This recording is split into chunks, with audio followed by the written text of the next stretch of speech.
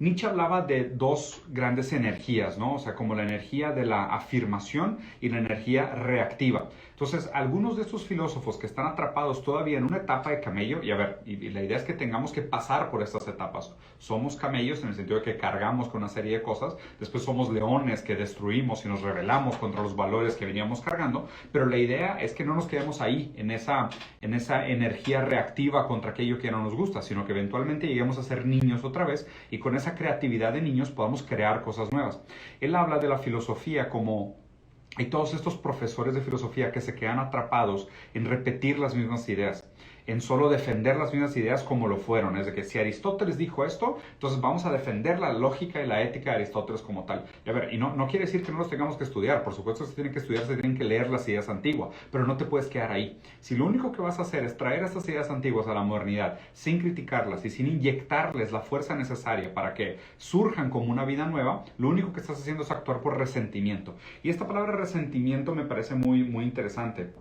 La he escuchado mucho como crítica, ¿no? A la gente de hecho, como crítica a los críticos. Dicen que si tú te quejas de tu condición de vida, de la desigualdad, del malestar, de las condiciones del mundo hoy, te dicen resentido.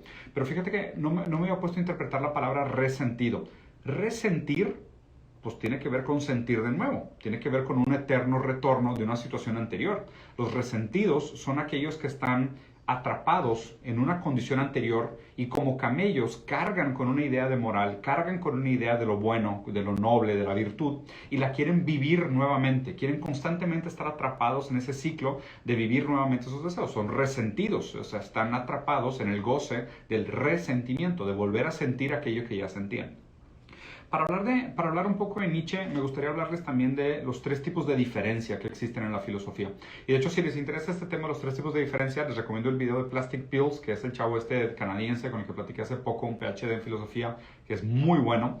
Y cuando se habla de la historia de la diferencia, al principio se entendía la diferencia como, bueno, pues existe el objeto A, objeto B, y el objeto A, como no es igual al objeto B, tiene que tener una serie de diferencias, ¿no? Entonces, pues aquí entraríamos a muchas cosas como los modos, la sustancia, ¿no? Como hablaba Spinoza, de que solo existe una sustancia y una infinidad de modos de la misma sustancia, o no, son sustancias diferentes con diferentes modos, o los modos, las características primarias, las características secundarias, las afirmaciones de las cosas y demás. Pero bueno, el primer tipo de diferencia es una diferencia simple, de objeto A contra objeto B.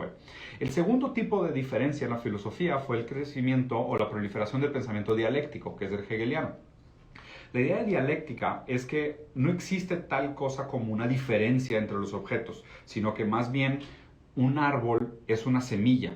Una semilla potencialmente es un árbol en otro momento. Inclusive pasa con las ideas se transforman, pero siempre cargan en su esencia el potencial de ser todo lo otro. Entonces la idea de rebelión viene alimentada por ideas anteriores y la idea a futuro viene alimentada por todas las ideas anteriores. De hecho, el Zeitgeist de la dialéctica es este espíritu absoluto que eventualmente se va a concretar con la evolución de la idea de la humanidad a través de la dialéctica. Entonces la dialéctica de alguna manera como que niega la diferencia. La dialéctica lo que hace es que en el proceso de Ausschreibung, que es este proceso como de integración, síntesis, superación, las diferencias entre las cosas realmente se integran, ¿ok? Entonces, el primer tipo de diferencia era pues diferencia A y B, como pues hay algunas cosas similares, lo modal, la sustancia y demás. Después está la diferencia dialéctica, que es pues realmente no existen diferencias, sino que existen relaciones entre las tesis que después son puestas con un obstáculo. Este obstáculo se supera a través de un Ausschreibung y se va progresando o se va perfeccionando las ideas, ¿no? Nietzsche tenía una tercera noción de lo que son las diferencias, que son las diferencias puras, que no están vinculadas unas cosas con las otras, ¿no? Que dice que realmente para que las cosas existan, tienen una cierta voluntad de poder, o sea, para que un concepto exista en el mundo, tiene que ejercer en el mundo una voluntad de poder que lo diferencia de lo otro.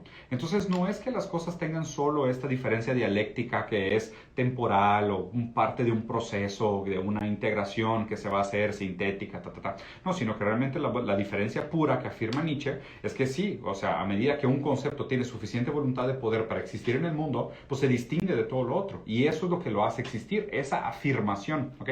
Porque inclusive la diferencia entre la energía afirmativa y la energía reactiva es que la energía reactiva, que tiene mucho que ver con la dialéctica, depende de una condición anterior. O sea, tú te basas en una condición anterior para ser reactivo contra esta condición anterior. Entonces, la dialéctica depende siempre de una negación como un punto de partida, porque niegas algo para afirmar una cosa nueva, pero la afirmación es siempre reactiva. La energía es reactiva a algo negado. Necesita algo negado para poder existir una cosa nueva. Y Nietzsche hablaba más como de esta noción de la diferencia pura, de que cuando existe una voluntad de poder de un concepto, esta voluntad de poder surge y existe más allá de que dependa de la negación de una otra cosa para existir o no. Okay. Voy a aplicar un poquito esto a la noción de Nietzsche cuando cuando habla de la moralidad del esclavo. Okay. ¿Qué es la moralidad del esclavo? Cuando se habla de la inversión de los valores o nuestra intención o nuestra lectura de lo que está bien o lo que está mal, de lo que es la moral, lo que deberíamos de hacer, sobre todo hablando todavía de esta época del camello, nosotros que nacimos sometidos a una serie de valores que nos anteceden, cargamos con los valores de la cultura. Es casi como que la cultura fuese un pasado que nos tocó. O sea, fue un pasado que heredamos. Naces y te enseñan lo que está bien y está mal. Tú cargas como camello con esa moral anterior.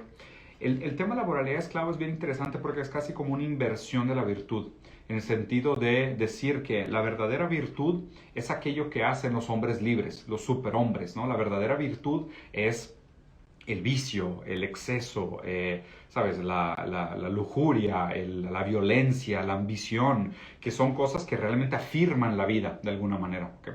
El problema es que los esclavos que están sometidos a los amos ven esas virtudes y las envidian, y al no poder acceder a ellas, porque están limitados por una serie de reglas sociales, condiciones históricas, cultura y demás, en lugar de decir, yo debería ser avaricioso, yo debería ser violento, yo debería ser, ¿sabes?, afirmativo, yo debería ser creativo, yo debería ser libre, yo debería ser irreverente, en lugar de decir, esos son los valores a los cuales yo debería aspirar, lo que hace la moralidad esclavo es que invierte esos valores y los transforma en, esos son los valores que no quisiera tener. Entonces, como no puedo ser avaro, entonces soy humilde.